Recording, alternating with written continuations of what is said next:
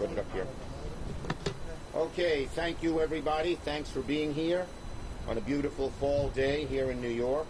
Now, we're here today because we know that COVID cases are on the rise across the country, and in some places here in New York where we have hotspots. And while our local officials, city and state, are doing all that they can with the resources they have, and I think they've done a very good job, today I'm revealing some unacceptable news. Here's the news. The federal government, specifically HHS, is sitting on billions of dollars, $9 billion, that could go right now for testing and tracing. That $9 billion that HHS is sitting on is needed for a robust and workable national coronavirus testing and tracing regime, particularly as we approach the fall and there's a possibility, God forbid, of a second wave.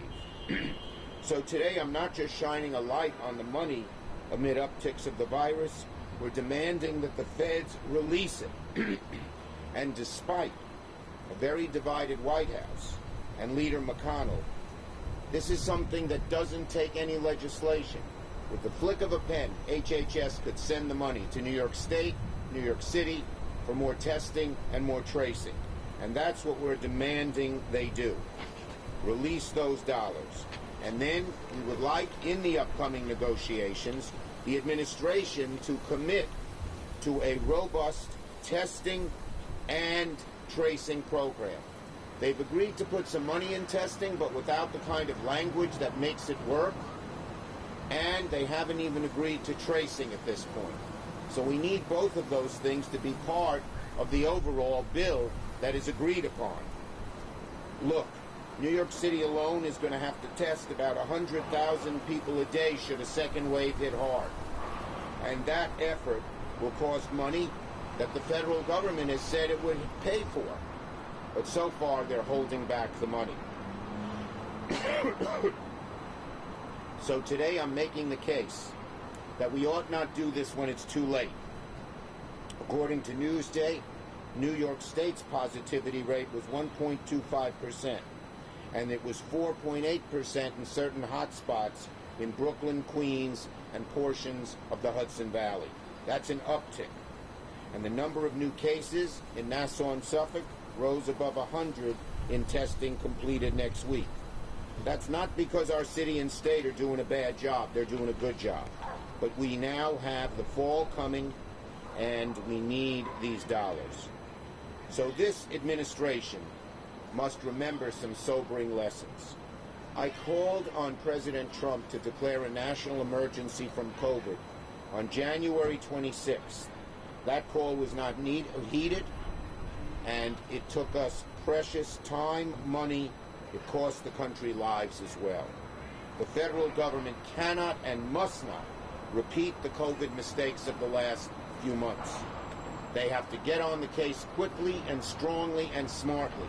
They have to follow the science. Speaker Pelosi is trying to get Secretary Mnuchin to follow the science and have a detailed plan, not just of the money, but how it is spent in a new bill in addition to this $9 billion. And that's what they should do. And in March, I wrote CDC and FDA regarding federal barriers that the state and city were facing in testing people quickly. And I said the testing capacity at the federal level was not sufficient to meet our needs. Again, they just delayed and demurred. So I have 3 words for the federal government and for this administration. Use the money. According to the Washington Post, for almost a month now, cases have been trending upward in the country, and more than 20 states have new highs. The rising numbers are concerning because they set the stage for, God forbid, even a greater surge this winter. More people are indoors, the weather is colder, and second surges are already occurring in Europe. We have to avoid it, and one way to avoid it is get this testing and tracing money out right now. Right now. Okay? So, what do we need to get the money out now? HHS, just send it out. To get new money, we need Leader McConnell to stop standing in the way of a new bill. He has said he will only do a small bill that is inadequate on testing and tracing, doesn't have close to the money, or the rules changes. We need him to do that. So far, nothing has been done. Basically, here is what Leader McConnell and the President have agreed to in the following months. Sorry. Here's what they've agreed to in the following months. Nothing. Nothing. The President says one thing, McConnell says another, and they're stymied, but we need the help because there might be a second wave. We need it for lots of things. We need state and local governments to get money. We need mass transit and the MTA to get money. We need our schools to get money so they can open safely. We need money to help people stay in their apartments and feed their kids. But we need money for testing and tracing as well to prevent the second wave from getting too all-consuming. So that's what we're calling for. The dithering can't continue. We need action now.